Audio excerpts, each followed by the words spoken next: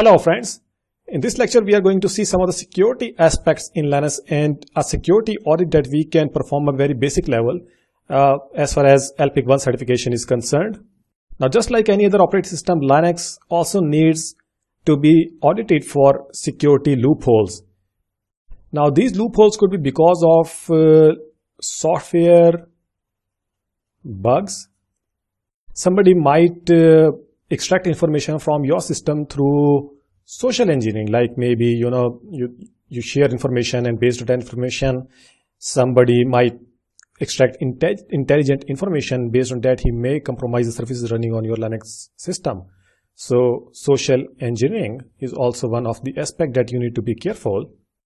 Then of course very obvious one is the physical theft. If somebody steals information by putting in maybe a USB, or maybe he take away whole of your server, so physical theft is another aspect. Then there is the possibility of compromising the TCP/IP stack. So TCP/IP stack compromise. Now as far as software bugs are concerned, we need to keep our system updated. So keep our system updated and install necessary patches. Of course, we need to be ensure that our system is safe and secure, maybe in secure cabinets with lock and key system. We need to ensure that no additional softwares are installed, and similarly no additional users are created in there. Only those users are created which are required to be. We also need to ensure that no additional services are running. And how to stop unwanted services, we have seen this in the lecture where we had covered init processes, init, upstart and systemd. And we have seen that all these three different types of init services had their own unique commands to stop and manage the services running at certain run levels. Then it's always recommended and advisable to log the system services messages. So logging is an important aspect, so that even if something happens, or if somebody is trying to break into our system, he might be using a brute force attack, so we'll see multiple attempts coming in on our particular ports with different username and passwords, and by having this logging turned on, we'll be able to make intelligent information out of those attacks that somebody is trying to get into our system, and then we can take appropriate measures. And on top of all this, we need to have our firewall services enabled. We can use IP tables for Debian based distributions. So just let me write it clearly. IP tables for Debian based and firewall daemon for enterprise Linux versions. And firewall daemon also uses IP tables, and they both use netfilter at the kernel level. So the base for both of these tools is the same. While performing security audit, we might also be interested in having audited from this point of view, that what are the files and the folders whose ownership is set using SUID or SGID. So we might want to be interested in looking at files, maybe they are executable ones, whose bit is set using SUID. So now let's head over to the terminal and see what are some of the commands and tools that we can employ to secure our system. Alright, so here I am at my Ubuntu terminal, and the first command that I want to show you is, let's say we want to find out if there are any open ports on our system, and if there are any, we would like to close them by closing the services that are using them. So the command would be to see is netstat. It's like network statistics, and then the switches that I'm going to use are minus sign, this is the hyphen, and then A is for all. Then you can type in U for UDP based services, N not to resolve the names of the machines or services, otherwise it takes time, so it just should print the numbers, and then T for TCP. So it's like -aunt, and then just press enter. Now once we do that, we see that it has given us this nice little list of protocols. This is TCP, this is UDP. Also we have got TCP version 6 and UDP version 6. And these are the local addresses, and we are only interested in the ports that are in listening state. It means that there are servers running on our machine. Now of course 22, we know that this belongs to SSH, but let's say I do not know what this 631 means. So what we can do is, there is a command which we can use to find the program associated with these particular ports.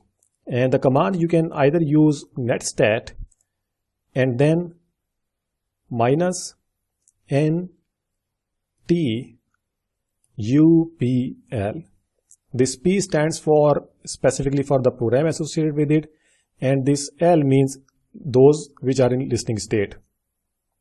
So I press enter, and we see that it has, sometimes this does not provide the required output, or we may also try to use the sudo with this. So we have used the sudo command, and now we see, let me just see if I can make it full screen and repeat that command again. So now we see that it is showing the output and the program names as well, and their process ID as well. For example, 516 is the process ID of this SSH daemon. Now we know that this port number 22 that is in listening state on our machine over here, this is related to SSHD. Now I know I have enabled this SSH daemon, but if I had not enabled it, I would have definitely closed this service. Similarly, this 612 process ID, this is against port number 631, which is CUPS daemon service. Likewise, this is the same. This is listening on all addresses, and this is related to TCP version number 6. Now sometimes what happens is that some of the services may not show up owing to this command. There is another command to use that, and that is sudo and then fuser, and afterwards you can put in the port and then the protocol. For example, let's try to see let's try to see this port, this 514 over here. So let's try to see what this process is. Of course we are having this rsyslog daemon, but let's say this had not been shown over here because the output of this command maybe was not available for this particular process. Especially this happens when we use our customized services. So I put in fuser. So I put in 514 and the protocol is UDP. I press enter, and it shows me the process ID against that port. Now once I got this process ID, I can simply search that process ID using PS command. So I type in PS processes and give in the arguments, and afterwards I can simply grab in this particular process ID, which is 577, and we see that this 577 process ID belongs to syslog, and specifically this is the command that has run it, rsyslog daemon. So if that is something that is suspicious, or I may not be aware of it, or if I had not turned it on, I would definitely like to turn this process off so that these additional ports that are in listening state on this machine are no more there. Now another very, very powerful command that I would like to tell you about is nmap. It is such a powerful command that I really cannot emphasize enough on its functionality. I've used it for so many number of times, and especially it is used for, you can say, for finding the open ports not only on your own system but also on other systems as well. So let me just show you, and if you do a manual of nmap, and there is no manual for nmap, maybe nmap is not installed on here. Yeah, nmap is not there, so no problem. You can simply type in sudo and apt get install and nmap, and it says that it's only 1 kilobyte of package size, and once the package gets installed, we can use the nmap command to execute and to see the vulnerability of other machines, or maybe of our own machine. So once it gets set up, now let's see manual of Nmap. And if I bring it all the way down, we see that it has got around 2100 lines. So that's a long manual to read from, and it's because it's such a powerful command. It gives us so much variety of command line techniques that we can use to find certain ports open. It's just huge. Let me just show you one thing, very basic functionality that you can achieve using this. And I'm simply going to type in Nmap and the IP address, which is the IP address of my gateway, which is 192.168.1.1.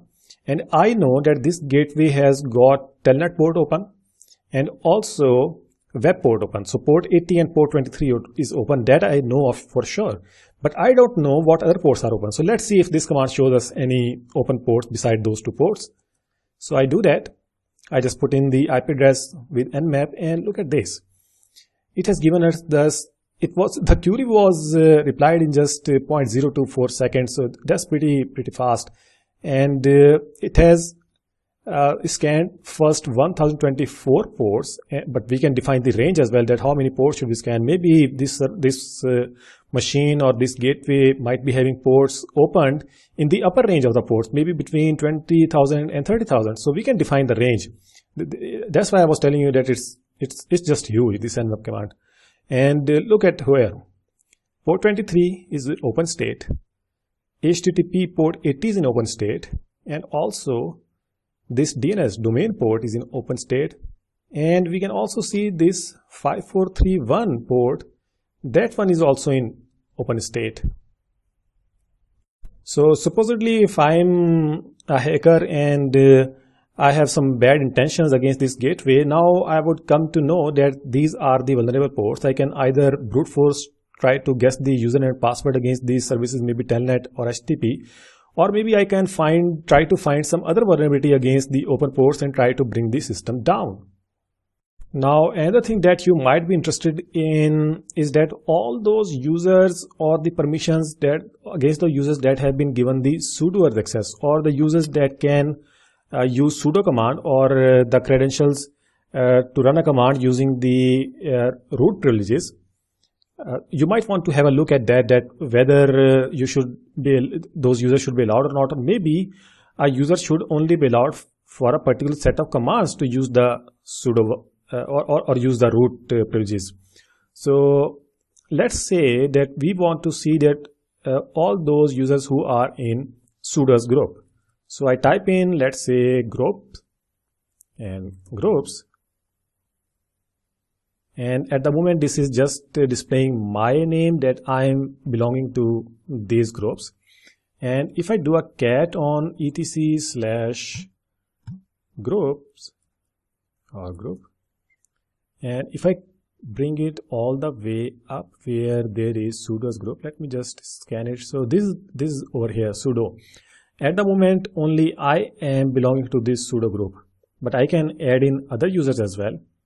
And once we install Debian based operating system, specifically Ubuntu, and we do not create the root password at the time of installation, then whatever user we create, let's say I create Ahmad or you create somebody else, that user is automatically added to the sudoers file. So we do not need to add it specifically. But if we want to add another user in the sudoers file, we need to do it manually.